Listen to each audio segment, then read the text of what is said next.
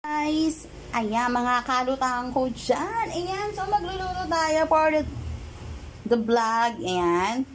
For today's video, magluluto tayo ng ginataan tilapia with Coco Mama Bikini Bean. Then, lalagyan natin siya ng gulay. Ayan, so ayan, nilagay ko na siya. Ayan, papaksiw muna natin siya. Ayan, para pa maganda lumambot. Pagkatapos lumambot, saka natin lalagyan Coco Mama at saka po yung gulay. So, ayan, babalikan ko kayo at mag-aano tayo. Lulutuin muna natin siya. Ayan, do. Ayan, bye-bye, babalikan ko kayo. So, ayan guys, ayan, pakukuluan lang natin yan guys. Lulutuin lang po natin siya sa suka. Ayan. Bigyan ko siya ng sibuyas, bawang, and luya para matanggal yung lansa. Pero ano naman, hugas na naman po yan. Tilapia. So, nilagyan ko lang siya. Ayan. Pakukuluan lang natin siya, guys. Then, pag naluto na yan, at umiga-iga, saka natin ilalagay yung Coco Mama, baka naman. Ayan. Tapos, saka yung gulay, guys. Ayan. Tingnan nyo yung mimiya pagka, no? Pagbalik ko, pakukuluan lang muna natin yan kasi matagal. So, ayan. Intayin nyo, mimiya. Ayan. Bye-bye muna sa yan, guys. Kain-kain kayo dyan. So, ayan guys, kumukulo na guys. So, hintayin pa rin natin siya guys. Kahit kumulo siya, kahit mabuti na ang kulay ng tilapia. So, kakulin pa rin natin siya at marami pa siyang sabaw. So, palalambutin lang natin siya dyan. Para paglagay ng gata ng Coco Mini, ayan, sarap na siya. Kasi saglit lang naman ng tilapia guys. Pahinga ko kayo, mga kalutang ko dyan. So, ayan mga kalutang. So, balikan ko kayo. Ayan. Inaano ko lang, niluluto ko lang yung pechay kasi hindi siya kasya. So, binukod ko yung isda. There. Kasi, ano na siya. Baka madurog na. So, ayan muna.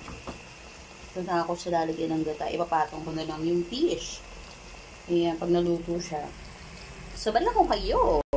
So, ayan na yung mga kalutang. Ayan, pinatong ko na siya. So, lalagyan na siya natin ng Mama, Coco Mama. Ayan, hintayin na natin ang konti ng bahagyo. So, ayan na siya. Ayan. So delicious. Ayan, guys. Ayan. Pero gusto ko yung yung gata talaga. Nagaling sa nyog. Yung talaga. Yung nyog talaga.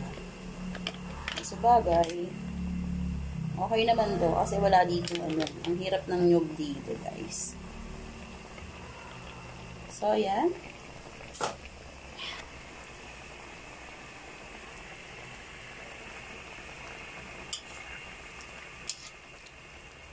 So, yan guys. Ganto-gantuhin lang natin siya guys. Kasi yan, may timpla na siya. Actually, pag nagluluto ako, hindi ko siya tinitikman. Kasi nabubusog ako. Ang ano na, bahala na siya. Ayan.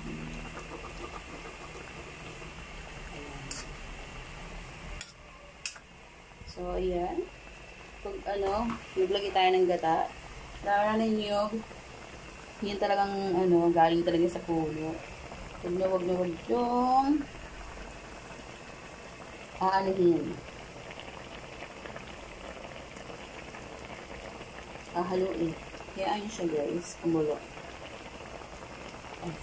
Konti.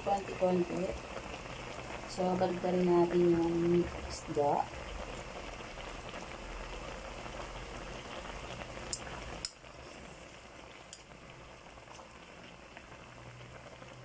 Ayan, baka bumaliktad yung kawali.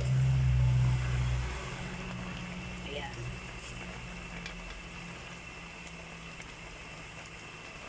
Ayan.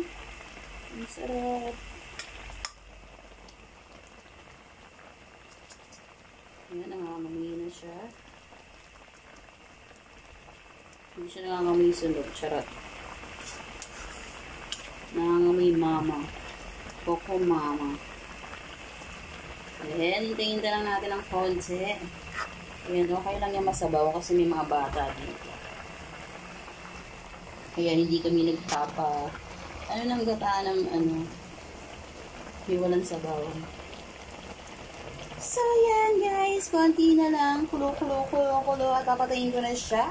At pwede na siyang hihain. Ayan na yung mahiwagang kanin. So, kakain na lang kami. So, ayan po. Magandang tanghali. Ayan, eat well. Mga kalutang ko dyan. So, ayan po. Bye-bye.